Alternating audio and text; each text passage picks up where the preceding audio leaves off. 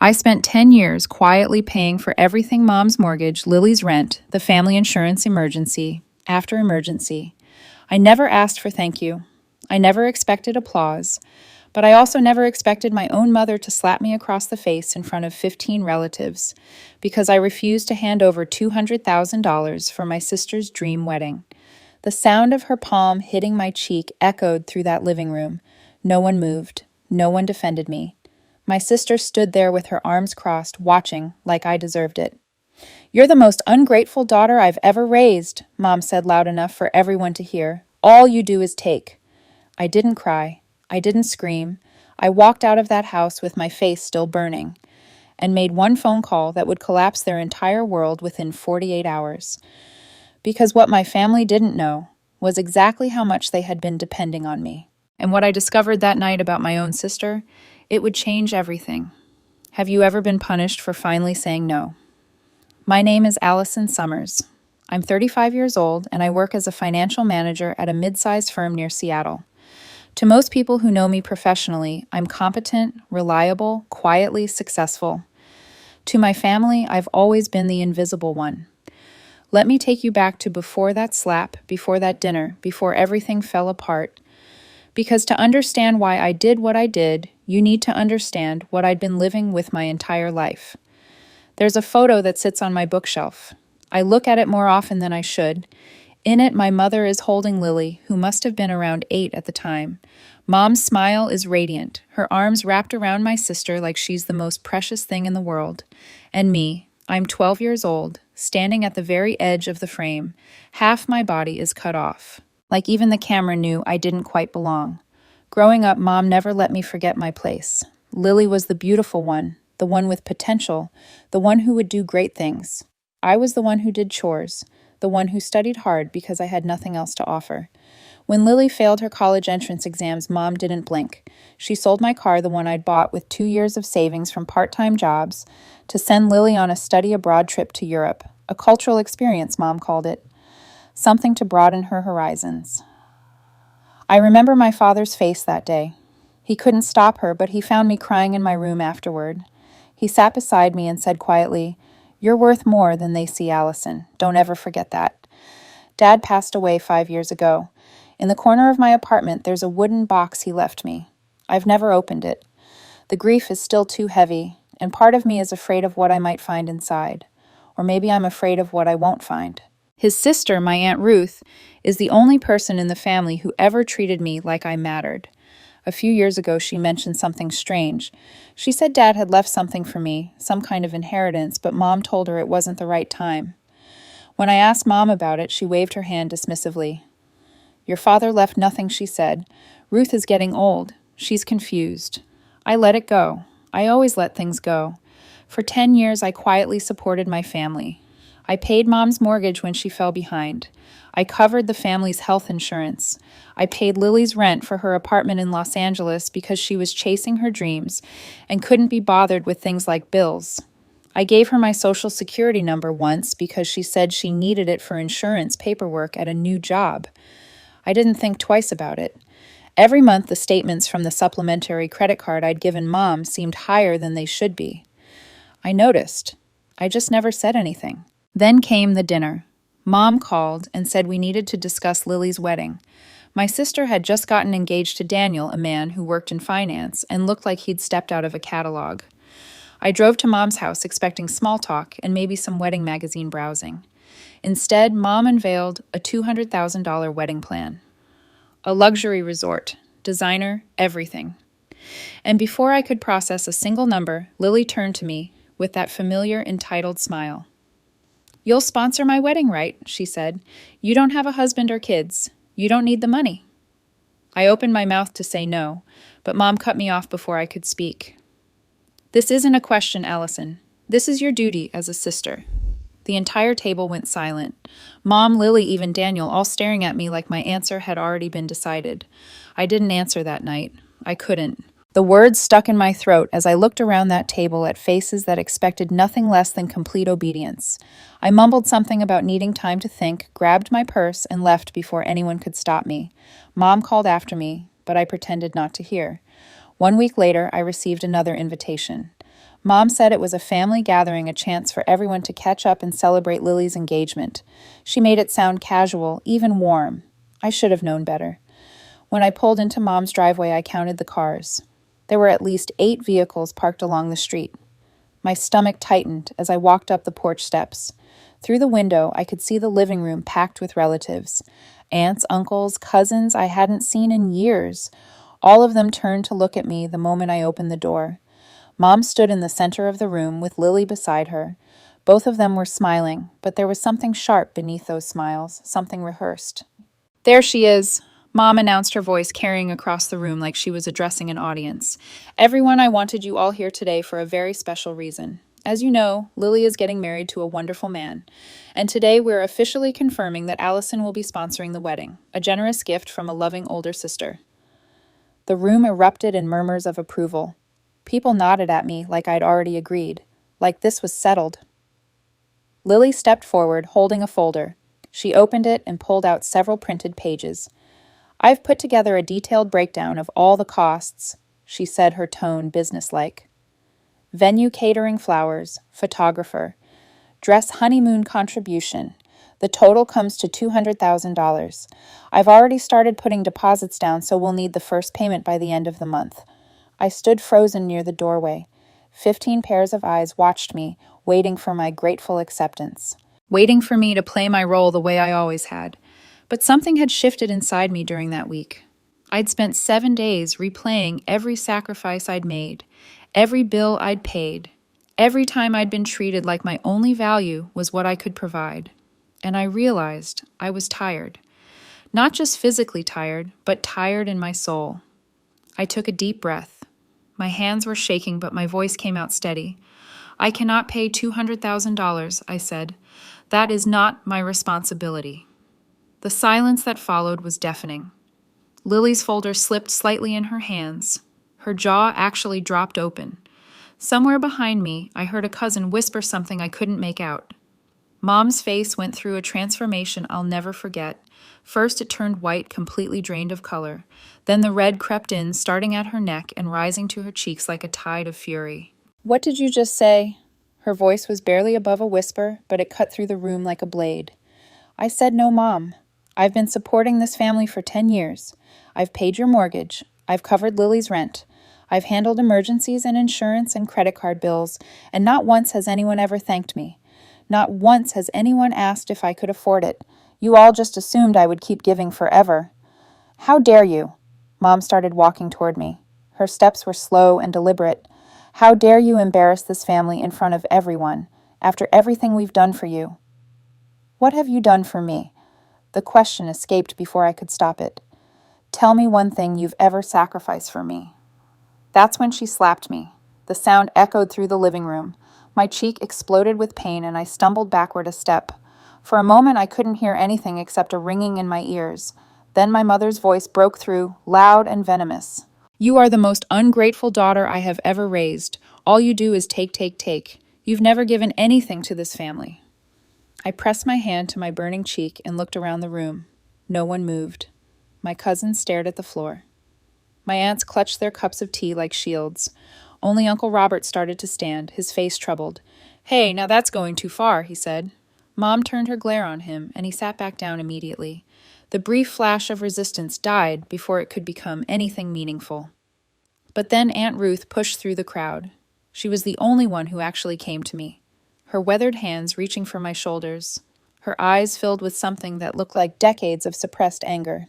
"That's enough," Ruth said firmly, positioning herself between me and my mother. "This has gone far enough." "Stay out of this, Ruth," Mom snapped. "This is between me and my daughter." "Your daughter? You mean the one you just struck in front of the entire family?" Aunt Ruth shook her head. "I've kept quiet for too long. We all have." She guided me toward the front door and I let her. I was too stunned to resist. The pain in my cheek had spread into a throbbing ache that seemed to pulse with my heartbeat. Outside, the cool air hit my face like a blessing. Aunt Ruth walked me to my car, then stopped and turned to face me, with an expression I'd never seen before. It was guilt mixed with determination. "There's something you need to know," she said quietly. "Something I should have told you years ago, but your mother made me promise to stay silent. I can't do that anymore." What are you talking about? Your father left money when he died. Savings he'd been building for years split equally between you and Lily. Your share was about $80,000. I felt the ground tilt beneath me. That's not possible. Mom said there was nothing. She said you were confused. I'm not confused, Allison. Your mother used your inheritance for Lily. All of it. The study abroad trip, the car she drives, the deposit on her apartment in Los Angeles. That money was supposed to be yours, and she took it without telling you. She told you there was nothing because she didn't want you to know what she'd done. I leaned against my car, my legs suddenly unsteady. $80,000. My father had left me $80,000, and my mother had stolen it to fund Lily's lifestyle while I worked overtime to support them both. Why didn't you tell me sooner? Aunt Ruth's eyes glistened. Because I was a coward. Because family pressure is a powerful thing. But watching her hit you in there, watching everyone just sit and do nothing, I couldn't stay silent anymore. I'm sorry, Allison. I'm so sorry. I drove home in a daze.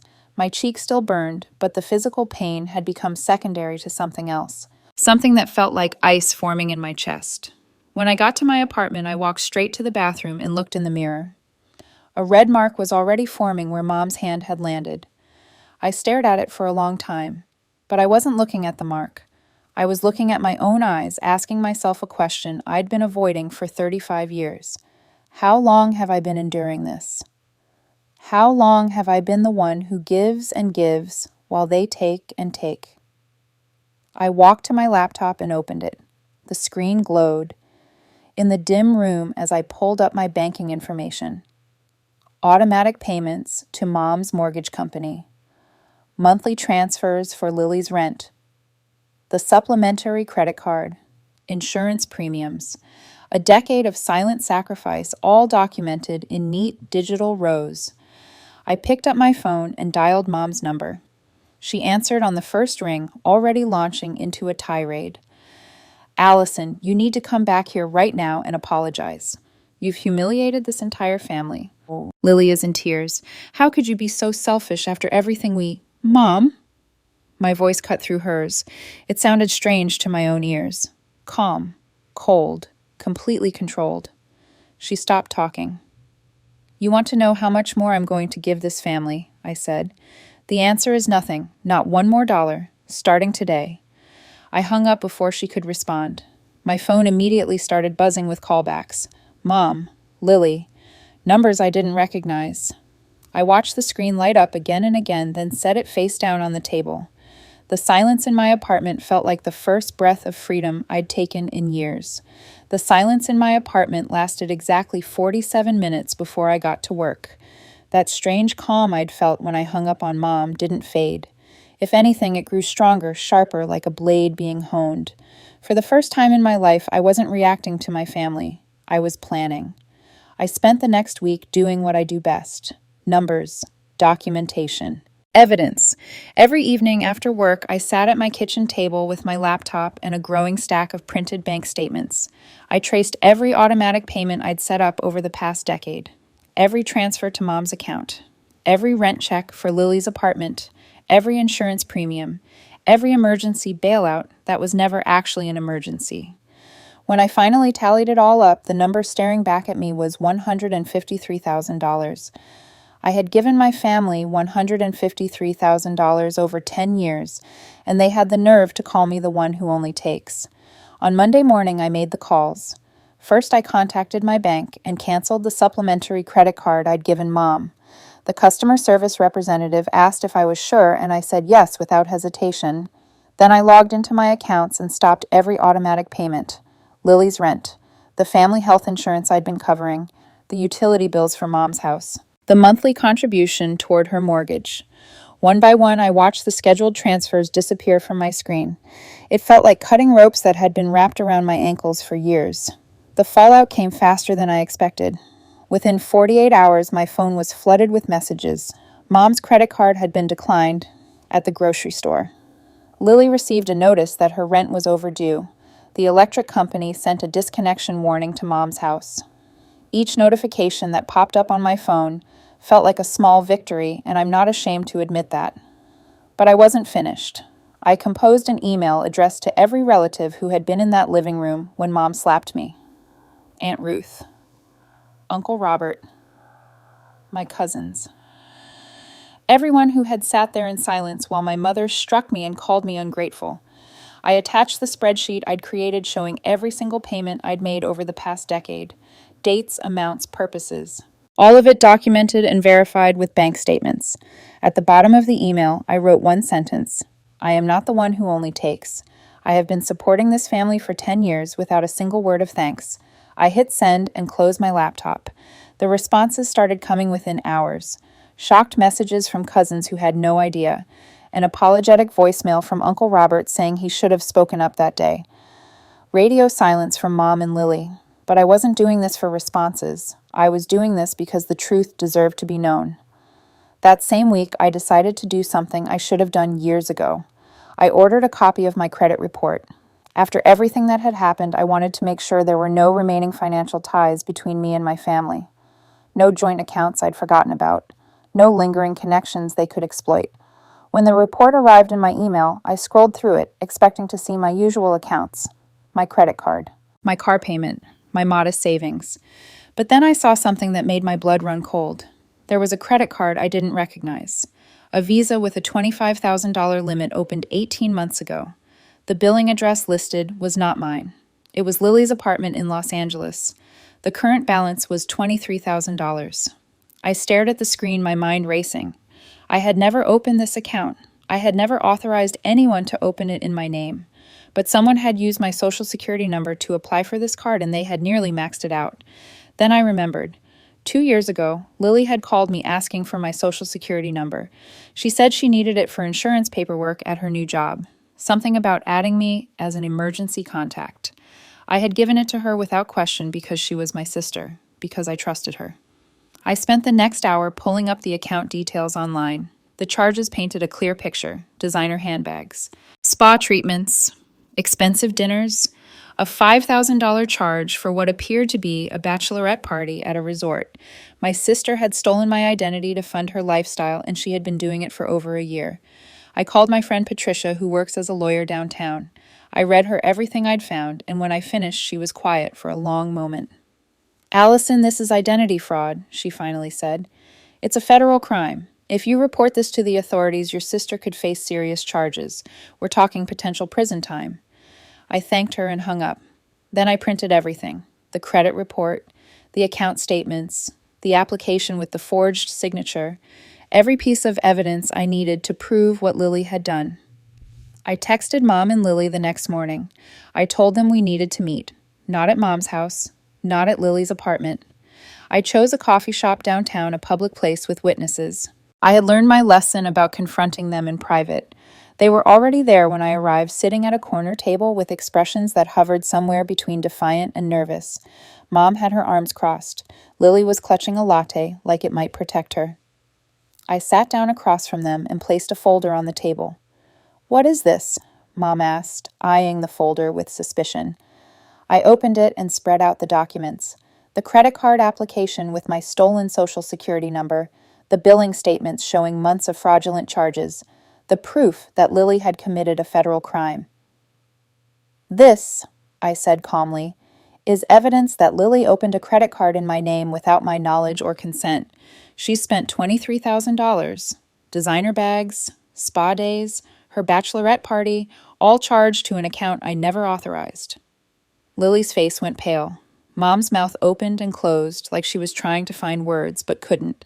"This is identity fraud," I continued, "a federal crime. I've already consulted with a lawyer. If I report this to the police, Lily could face prison time." "You wouldn't," Lily whispered. Her confident smile was gone. The sister who had demanded $200,000 couldn't even look me in the eye. "I could. I have every right to." I let the words hang in the air.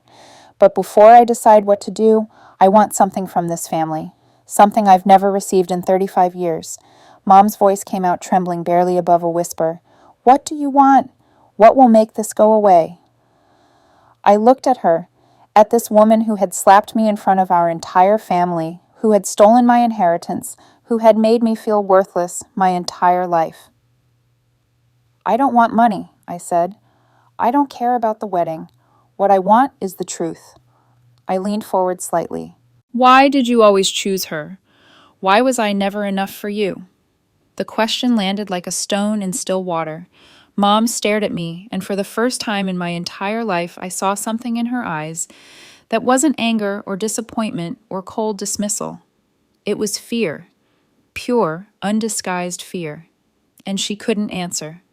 Mom never did answer my question that day in the coffee shop. She just sat there frozen while Lily stared at the fraud documents like they might burst into flames. I gathered my evidence, stood up, and walked out without another word. I didn't need to threaten them further. The proof was on the table. They knew what I could do with it. For the first time in my life, I held the power in this family. 2 weeks passed. I went to work. I came home. I cooked dinner for one and slept peacefully in my quiet apartment. I didn't call Mom. I didn't check on Lily. I simply waited and watched from a distance as everything they had built on my back began to crumble. The first sign came when Aunt Ruth called to tell me that Mom had received a foreclosure warning. Apparently, the mortgage company had been sending notices for weeks. Without my monthly contributions, Mom had fallen behind on payments she couldn't afford on her own. She had been living in a house she could never truly pay for, propped up by money. I sent without question for nearly a decade. Then came the health insurance. The policy I had been paying for, the one that covered Mom's prescriptions and doctor visits, lapsed when I canceled the automatic payments. Mom found out the hard way when she went to pick up her blood pressure medication, and the pharmacy told her she no longer had coverage. I heard she caused a scene demanding to know what had happened, refusing to believe that her own daughter had cut her off. Lily's collapse was even more dramatic. Without me paying her rent, she received an eviction notice within 3 weeks. Her landlord in Los Angeles had no patience for sob stories about family drama. Pay or leave, he told her. She couldn't pay. She had never been able to pay. Every month for the past 4 years, the money that kept a roof over her head had come from my account. She moved back to Mom's house, the same house that was now facing foreclosure. 2 women who had treated me like an ATM machine, suddenly discovering what life looked like without my money. But the moment that gave me the most satisfaction, the one I'm almost ashamed to admit I enjoyed, was when Daniel left. I found out through the family grapevine, through cousins who were suddenly eager to share information with me, now that they knew the truth. Apparently my email had spread further than I intended. The spreadsheet showing $153,000 in payments, the bank statements proving every claim. It all made its way through the extended family like wildfire. And someone I never found out who forwarded it to Daniel. He showed up at Mom's house the day after he received it. According to my cousin, who heard it from Aunt Ruth, Daniel didn't yell. He didn't make a scene. He simply walked in, looked at Lily, and said words that must have cut deeper than any slap. "You lied to me," he told her. "I thought you came from a family with foundation. I thought you had your own success, your own money, your own life. But you don't have anything, do you? Everything you showed me, the apartment, the clothes, the lifestyle, it was all paid for by your sister. The same sister your mother hit in front of everyone. The same sister you committed fraud against." Lily tried to explain. She cried, she begged. But Daniel wasn't interested in explanations. "I didn't sign up for this," he said. "I thought I was marrying someone who had her life together. Turns out I was about to marry a parasite." He took back the ring and walked out. The $200,000 dream wedding, the one I was supposed to fund, evaporated in an instant. Not because of anything I did, but because Daniel finally saw who Lily really was. The extended family turned quickly after that. The same relatives who had sat in silence while Mom slapped me were now calling her to express their disappointment. Uncle Robert left a voicemail saying he was ashamed he hadn't spoken up sooner. One of my aunts told Mom directly that she had lost all respect for her. The Summers family reputation, the image Mom had worked so hard to maintain, crumbled like a house built on sand. I watched all of this from my apartment, feeling something I hadn't expected. Not joy, exactly. Not even satisfaction. Just a quiet sense of justice finally arriving, even if it came decades too late. Then Mom called me. I almost didn't answer. I had grown used to ignoring her calls, letting them go to voicemail, where she would leave increasingly desperate messages. But something about this call felt different. The phone rang once, twice, 3 times. On the 4th ring, I picked up. Allison. Her voice sounded nothing like the woman who had slapped me. It was small, broken. Please don't hang up. I need to tell you something. Not to ask for money, not to beg you to come back. I just need you to understand." I didn't say anything. I just listened. "Do you know why I was always different with you?" she asked. "Why I treated you and Lily so differently?" "No," I said quietly. "I've never understood." There was a long pause. When she spoke again, her voice cracked. "Every time I look at you, I see your father, the way you talk, the way you think, the way you look at me when you know I'm wrong. Your father was the only person who ever called me out on my mistakes. He never let me get away with anything, and I hated that about him, even though I loved him. When he died, I thought I was free of that feeling. But then I'd look at you, and there he was staring back at me through your eyes." She took a shaky breath. "And Lily needed me. She was never strong like you. She couldn't do anything on her own. That made me feel important. It made me feel like a mother. But you, Allison, you never needed me. You were always capable, always independent. I told myself you didn't need my love because you had everything else figured out. I know now that was wrong. I know I failed you, but I need you to understand that it was never because you weren't enough. It was because you were too much like the one person who could see through me." I sat in silence for a long moment after she finished. Part of me wanted to scream at her. Part of me wanted to cry. But mostly I just felt tired of carrying the weight of her failures, tired of being punished for being strong. "I understand," I finally said, "but understanding isn't forgiveness, Mom. I don't know if I can ever forgive you." I hung up before she could respond. That night Aunt Ruth called. Her voice was gentle, the way it always was when she had something important to say. "There's something else your father left for you," she said. "Not money. Something your mother doesn't know about. He hid it because he knew she might try to take it from you." "What is it?" "It's in that wooden box he gave you, the one you've kept all these years. He told me about it before he passed. He said when you were ready, you'd find what you needed inside." After she hung up, I looked at the corner of my apartment where the box had sat untouched for 5 years. I had avoided it for so long, afraid of the grief it might unleash, afraid of missing him even more than I already did. But tonight felt different. Tonight I was ready. I walked over and picked up the box. My hands trembled slightly as I carried it to the kitchen table. The wood was smooth worn by time and my father's hands. I ran my fingers over the lid, remembering the last time I'd seen him, remembering his voice telling me I was worth more than they could see. I opened the lid. Inside, resting on a bed of old photographs and small keepsakes, was a yellowed envelope. My father's handwriting, familiar and achingly missed, spelled out words that made my heart stop. "For Allison, the daughter I'm proudest of." My hands were shaking as I pulled the envelope from the box. Beneath it lay other treasures I hadn't expected. A small notebook with a worn leather cover, a greeting card with mountains on the front, and photographs, dozens of them, all of me at different ages. Me at my spelling bee. Me graduating high school. Me in my first business suit. Moments Mom never celebrated, but Dad had quietly captured and saved. I opened the envelope first. The letter inside was written in my father's careful handwriting, the paper yellowed with age, but the words perfectly clear. "My dear Allison, if you're reading this, I'm gone and I'm sorry I couldn't tell you these things in person. I've watched your mother favor your sister for years, and it has broken my heart. I tried to change it. I tried to talk to her to make her see how she was hurting you. But some people are blind to the damage they do, even to their own children. I don't have much money to leave you. Your mother controls most of our finances. But I'm leaving you something more important than money.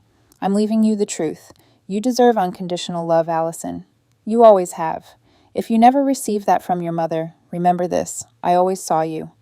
I was always proud of the woman you were becoming. Don't ever let anyone make you feel like you're less than extraordinary.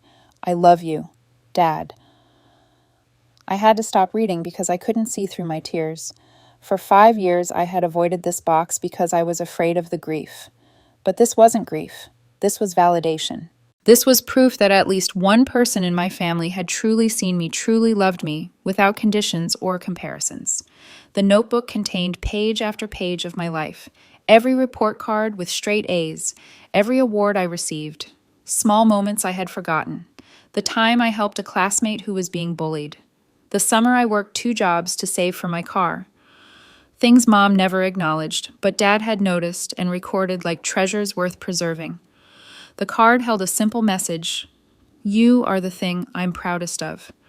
Don't ever let anyone tell you otherwise." I sat at my kitchen table and cried for an hour. Not from sadness. I cried because I finally had proof that I had been loved correctly by someone. My father had known I would need these words someday, and he made sure I would find them. 1 month later, I was ready to face my family again. Not for revenge, not even for an apology. I needed boundaries. A clean ending to a chapter that had consumed too much of my life. I met Mom and Lily at Mom's house. The place looked different, smaller, shabbier. Without my money maintaining it, the cracks were showing. Lily sat on the couch with dark circles under her eyes. Mom looked older than her years. I didn't sit down. I stood in the living room where I had once been slapped in front of 15 relatives, and I said what I had come to say. I'm not going to report Lily to the police for identity fraud. Lily's head snapped up with hope in her eyes. But there's a condition. You will repay the $23,000, every penny. I have a lawyer's repayment agreement. You have 2 years. Miss a payment and I file a report immediately. Lily nodded quickly, tears forming. I'll pay it back, I promise. I'm so sorry. I held up my hand. I'm not finished. I turned to Mom. Aunt Ruth told me about the $80,000 Dad left me, the inheritance you took and gave to Lily. Mom's face went pale, but she didn't deny it. I'm not demanding that money back, I continued. Not because I forgive you, but because I refuse to be entangled in this family's finances anymore. However, I need you to acknowledge what you did, right now, and later in front of Aunt Ruth. The room was silent. Then Mom spoke barely above a whisper.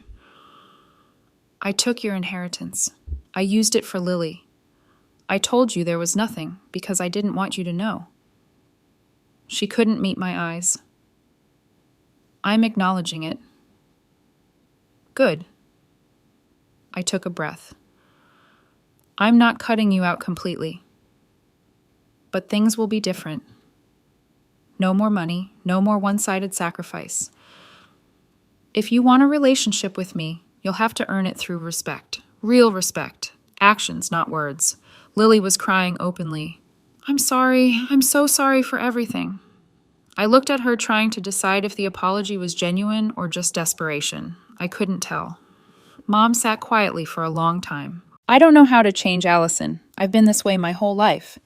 Then learn, I said simply. Trying isn't enough. You have to actually do it. I'll give you a chance, but I won't wait forever. I left without hugging either of them. It wasn't that kind of moment. 3 months later, my life looked completely different. I accepted a promotion at work, a senior position I had turned down twice before because I thought I needed to stay close to family. The raise let me move into a larger apartment with windows overlooking the city. Every morning I drank my coffee, watching the sunrise, feeling something I hadn't felt in years. Peace. I started seeing a therapist. Not because I was broken, but because I wanted to heal properly. I wanted to understand why I had allowed myself to be treated so poorly for so long. The sessions were hard, but they helped. Aunt Ruth became my real family. We had dinner together every Sunday. She told me stories about my father, about how much he loved me even when he couldn't show it openly. She became the mother I had always needed. As for Mom and Lily, they faced their consequences. Lily got a job in retail, her first real job ever. No more designer bags or spa treatments. She was learning what it meant to work for a living. Mom sold the house before the bank could take it and moved into a small apartment. She called me once a month, short, awkward conversations where neither of us knew what to say. But she was trying. For the first time in my life, she was actually trying. There was no fairy tale ending. No tearful reunion where everything was forgiven. Real life doesn't work that way. But there was truth. There was accountability. There was the beginning of something that might, with time, become healthier. I stand on my balcony now, looking at the city lights. On my wall hangs my father's card, framed where I can see it every day. You are the thing I am proudest of. Some families you don't get to choose, but you can choose how they're allowed to treat you. And more importantly, you can choose to believe the people who truly loved you, even if they're no longer here. I didn't need $200,000 to prove my worth. I didn't need anyone's wedding to be acknowledged. I just needed to know that I deserve better. And finally I do. And that is where Allison's story ends, but the lessons it carries stay with us long after the final words. This wasn't just a story about money or a wedding or even a slap that echoed through a crowded living room. This was about something much deeper. It was about a woman who spent 35 years being told she wasn't enough, who gave everything to people who never said thank you, and who finally found the courage to say no. It was about discovering that the people who are supposed to love you unconditionally sometimes come with the most conditions of all. And it was about learning that walking away from toxicity isn't selfish, it's survival. How many of us have been in Allison's shoes? How many of us have given and given until we had nothing left, only to be called selfish the one time we couldn't give more? How many of us have watched a sibling receive praise and attention while we stood at the edge of the frame, wondering what we did wrong? How many of us have a box? We've been too afraid to open a truth we've been avoiding because facing it might change everything. I want to hear from you. Have you ever had to cut off a family member who was draining you financially or emotionally? Have you ever been the invisible child, the one who did everything right but never received recognition? Have you ever discovered a betrayal so deep that it changed the way you saw everyone around you? Share your story in the comments below. You might be surprised how many people have walked the same painful path. If this story touched your heart, if it made you think about your own boundaries and your own worth, please take a moment to subscribe to this channel. We share stories like this every week, stories about real people facing real struggles about betrayal and redemption, about finding strength when everything seems to be falling apart. Hit that subscribe button and turn on notifications so you never miss a new story. Thank you for listening all the way to the end. Thank you for being part of this community. And remember, no matter what anyone has told you, no matter how invisible they made you feel, you deserve to be seen. You deserve to be valued. You deserve better. And if no one has told you that lately, let me be the one to say it now.